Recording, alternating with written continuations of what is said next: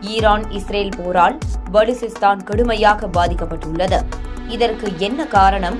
இங்கு சுருக்கமாக பார்க்கலாம். பாகிஸ்தானின் பலுசிஸ்தான் மாகாணத்தில் உள்ள பெரும்பாலான இடங்களுக்கு ஈரானில் இருந்து கடத்தி வரப்படும் பெட்ரோல், டீசல்களே அதிக அளவில் விற்பனை செய்யப்பட்டு வருகின்றன.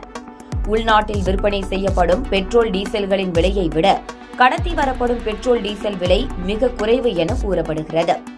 இதனால் பலுசிஸ்தான் மக்கள் பெருமளவில் இதனையே வாங்கி பயன்படுத்துகின்றனர். இந்த நிலையில்தான் ஈரான் மீது இஸ்ரேல் தாக்குதல் நடத்தி வருகிறது. இதனால் பாதுகாப்பு கருதி ஈரான் உடனான எல்லையை பாகிஸ்தான் மூடியுள்ளது.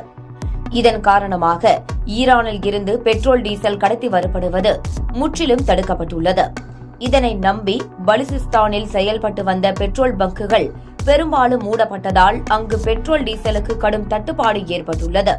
அதேபோல் ஈரானில் இருந்து உணவுப் பொருட்களும் பெறப்பட்டு வந்த நிலையில் அதுவும் தற்போது தடுத்து நிறுத்தப்பட்டுள்ளதால் பலுசிஸ்தான் மக்கள் கடுமையாக பாதிக்கப்பட்டுள்ளனர்.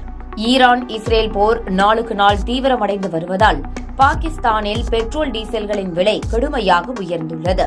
இரு நாடுகளுக்குமான போரில் அண்டை நாடுகள் கடுமையாக பாதிக்கப்படுவதால் உடனடியாக பேச்சுவார்த்தை நடத்தி போரை முடிவுக்கு கொண்டு வர வேண்டும் என்பதே ஒட்டுமொத்த மக்களின் எதிர்பார்ப்பாக உள்ளது.